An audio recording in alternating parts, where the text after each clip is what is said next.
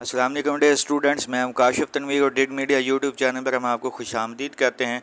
Lecture start करने से पहले आप लोगों से एक छोटी सी रिक्वेस्ट है, अगर अभी तक आप लोगों ने हमारे चैनल को सब्सक्राइब नहीं किया तो इसे सब्सक्राइब कर लें और साथ में लगे हुए बेल आइकन को भी प्रेस कर लें ताकि हर नई आने वाली वीडियो का नोटिफिकेशन आप लोगों को बर वक्त तौर पर पहुँच सकें।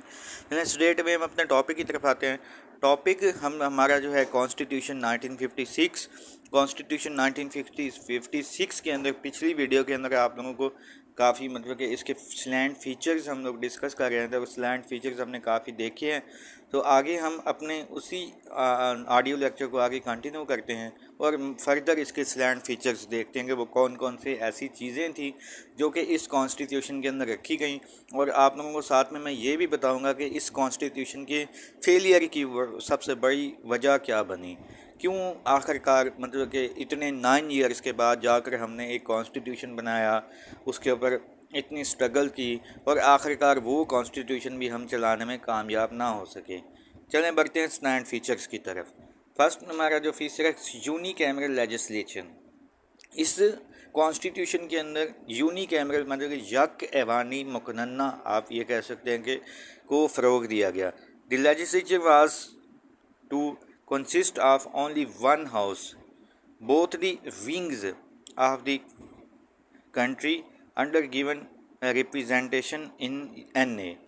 कि मतलब कि इस कॉन्स्टिट्यूशन के अंदर कहा गया कि यक के वानी मकनन्ना होगी, सिर्फ एक ही ऐवान होगा, नेशनल असेंबली। सैनेट के कॉन्सेप्ट को इसके अंदर बिल्कुल ख़त्म कर दिया गया। सैनेट को कहा गया कि नहीं, सिर्फ एक ऐवान होगा और उसके कहा गया कि 300 मेंबर्स पर मुश्तमिल होगा। कॉन्सिस्ट ऑफ 300 मेंबर्स, 300 अरकान पर मुश्तमिल होगा और तमाम सूबों को मतलब कि विंग्स से मुराद ये कि ईस्ट पाकिस्तान और वेस्ट पाकिस्तान। मैंने आपको पिछले लेक्चर के अंदर बताया भी था कि वेस्ट पाकिस्तान के चारों सूबों को मिलाकर 1 यूनिट करार दे दिया गया था और इस तरीके से ईस्ट पाकिस्तान इन दोनों विंग्स को कि उन्होंने कहा गया कि बराबर रिप्रेजेंटेशन होगी, मतलब इक्वल रिप्रेजेंटेशन होगी। 150 एक के ऐवान के मेंबर्स होंगे और 150 दूसरे विंग के मेंबर्स होंगे। आगे हैं independent judiciary. The constitution provided for an independent judiciary. A Supreme Court was constituted. It was headed by Chief Justice. इस कॉन्स्टिट्यूशन के अंदर ये बात की गई कि अदलिया मुकम्मल तौर पर आज़ाद होगी, वो अपने रूल ऑफ लॉ जो भी कॉन्स्टिट्यूशन के अंदर डिसाइड किए जाएंगे फ्रीली उनके ऊपर काम कर सकेगी। किसी किस्म का उनके ऊपर कोई उनको बर्डनाइज या आप ये कह सकते हैं कि प्रेशराइज नहीं किया जाएगा। ठीक हो गया भाई। और जो सुप्रीम कोर्ट है इसको लीड, जो इसको हेड, इसका चेयरपर्सन होगा, ऐसे समझने कि वो चीफ जस्टिस होगा। Supreme court interpreted the constitution, advised the state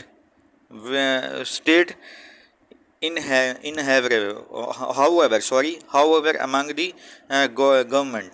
इसके अंदर ये बात की गई कि जो कि सुप्रीम कोर्ट के जो सुप्रीम कोर्ट होगी वो कॉन्स्टिट्यूशन को भी इंटरप्रेट करेगी, मतलब कि उसकी मज़ीद फर्दर एक्सप्लेनेशन कॉन्स्टिट्यूशन की कर सकती है, किसी किस्म की उनके ऊपर रोक टोक नहीं होगी। और कॉन्स्टिट्यूशन के रिलेटेड जो होगी सुप्रीम कोर्ट वो फर्दर स्टेट को भी मशवरा दे सकती है। किस बाज़ औक़ात ये हो जाते हैं कि कुछ ऐसे कॉन्स्टिट्यूशनल इश्यूज़ डिवेल्प हो जाते हैं जिनकी वजाहत करना पॉसिबल नहीं हो पाता, समझ नहीं आ रही होती चीज़ों की कि क्या चीज़ें हैं। तो उस सिलसिले में हम सुप्रीम कोर्ट मतलब कि वो हेल्प आउट करेगी स्टेट की भी और अपने नीचे फर्दर प्रोविंसेस लेवल के ऊपर जो अदालतें, हाई कोर्ट्स वगैरह बनाई जाएंगी उनकी भी। आगे कहा गया कि इस्लामिक लॉ होगा भाई, मुल्क के अंदर भी इस्लामिक एनवायरनमेंट को फ़रोग दिया जाएगा। No law would be framed against the teachings of Quran and Sunnah, कि कुरान और सुन्नत के ख़िलाफ़ कोई भी कानून नहीं बनाया जाएगा। And the existing law would be framed according to the Islamic principles, कि मतलब कि जो पहले जो भी मुल्क के अंदर या आप कह सकते हैं कि जो भी लॉस बने हुए हैं उनको भी एक तरह से फर्दर मतलब कि वेरीफाई किया जाएगा कि आया कि वो इस्लामिक टीचिंग्स के मुताबिक हैं या नहीं हैं। आगे है 1956 constitution war 1956 constitution was passed by the parliament کیونکہ میں نے یہ بتایا تھا کہ ریٹن کانسٹیٹیوشن پچھلی لیکچر کے اندر میں نے یہ بتایا تھا کہ وہ ریٹن کانسٹیٹیوشن صرف لکھا ہوا نہیں ہوتا، بلکہ وہ کانسٹیٹیوشن جو پارلیمنٹ سے پاس ہے وہ ریٹن کانسٹیٹیوشن ہوتا ہے۔ 1956 کا کانسٹیٹیوشن بھی اسی وجہ سے ریٹن کانسٹیٹیوشن تھا، 234 آرٹیکلز تھے اس کے۔ سیمی ریجڈ کانسٹیٹیوشن تھا۔ سیمی ریجڈ کیا ہوتا ہے بھائی؟ نہ زیادہ ریجڈ ہو نہ زیادہ سافٹ ہو، مطلب کہ اس کے اندر آپ دوسرے لفظوں کے اندر بھی یہ بھی کہہ سکتے ہیں کہ اس کے اندر ترمیم کا طریقہ نہ خاصا مشکل تھا اور نہ ہی خاصا آسان تھا، اس وجہ سے اس کو سیمی ریجڈ کا نام دیا جاتا ہے۔ ڈائریکٹ الیکشن میتھڈ استعمال کیا گیا کہ ڈائریکٹلی جو بھی 21 سال کے لوگ ہوں گے وہ ووٹ ڈال سکیں گے۔ اس کے اندر میں نے ایک بات یہ بھی دیکھی ہے کہ کوانٹٹی آف ووٹ کو دیکھا گیا، کوالٹی آف ووٹ کو نہیں دیکھا گیا۔ اب یہ کیا چیز ہے بھائی quantity of vote, quality of vote?